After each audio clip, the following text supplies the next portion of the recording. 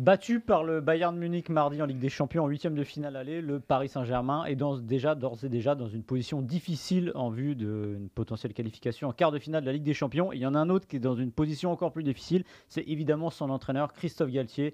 Il vient d'enchaîner 3 défaites de suite, c'était plus arrivé au PSG depuis plus d'une décennie. Et on sent une petite musique qui est en train de monter, évidemment, c'est la rançon de la gloire, la rançon d'un club comme le Paris Saint-Germain, que Christophe Galtier serait déjà sur la sellette. Alors on va se poser une question simple, Martin. Alors sur la sellette, oui, on est toujours un peu sur un fil quand on est au Paris Saint-Germain, mais est-ce que virer Galtier avant le 8e de finale retour, c'est-à-dire dans 3 semaines, serait la solution aux maux du PSG? Pour moi, ça n'aurait pas de sens. Je ne veux pas dédouaner Christophe Galtier de ses responsabilités. C'est-à-dire que moi, ce qui m'a le plus choqué sur cette année 2023, c'est la première mi-temps face au Bayern Munich, où je pense que c'est peut-être l'une des pires premières périodes du PSG en Ligue des Champions depuis que QSI est arrivé. C'est-à-dire rien, pas de supplément d'âme. On s'était dit qu'elle allait peut-être être métamorphosée par l'enjeu Ligue des Champions. Là, il n'y a rien eu. Et ça, c'est sa part de responsabilité, parce que c'est le système qu'il a choisi, c'est les hommes qu'il a choisi.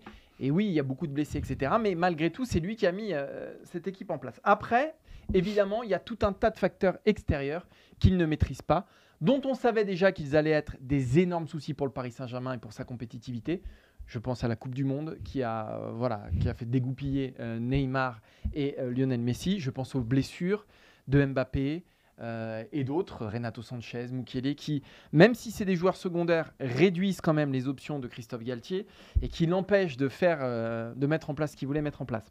Le groupe le suit. Donc pour moi, ça, c'est un point essentiel parce qu'il n'y a pas de nécessité pour moi à revitaliser le groupe, à donner une nouvelle impulsion parce qu'il n'y a pas de fracture entre Christophe Galtier et ses joueurs. Et bien au contraire, je pense que de couper la tête de Galtier, je ne suis pas sûr que ça mettrait les joueurs dans une meilleure disposition. Après, il a plein de défauts. Mais est-ce qu'il y aurait franchement un déclic psychologique si Galtier s'en va ?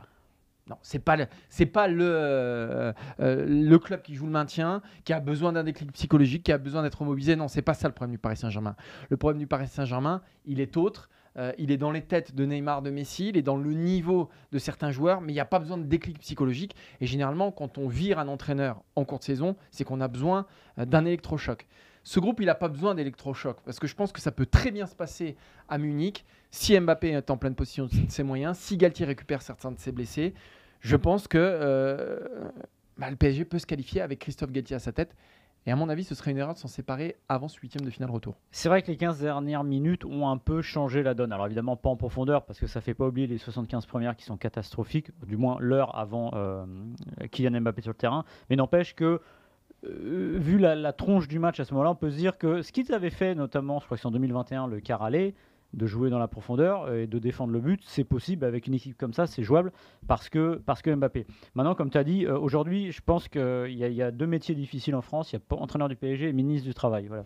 C'est les 2 pires postes à occuper. Mais je pense que oui, lui couper la tête, ça ne servira à rien. Parce que pour mettre qui ? Alors vous allez me dire Zidane, ok. Mais en fait, je pense que le vrai problème le plus profond pour faire le lien avec le sujet de la semaine dernière, il n'est pas là.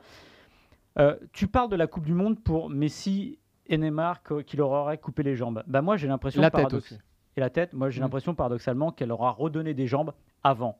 C'est-à-dire que si vous élargissez le spectre, la saison dernière de Neymar et de Messi, bof. Là, il y a eu la perspective de la Coupe du Monde. Donc pendant 3 mois, ils se sont motivés sur un objectif et j'ai l'impression finalement que la vie a repris son cours.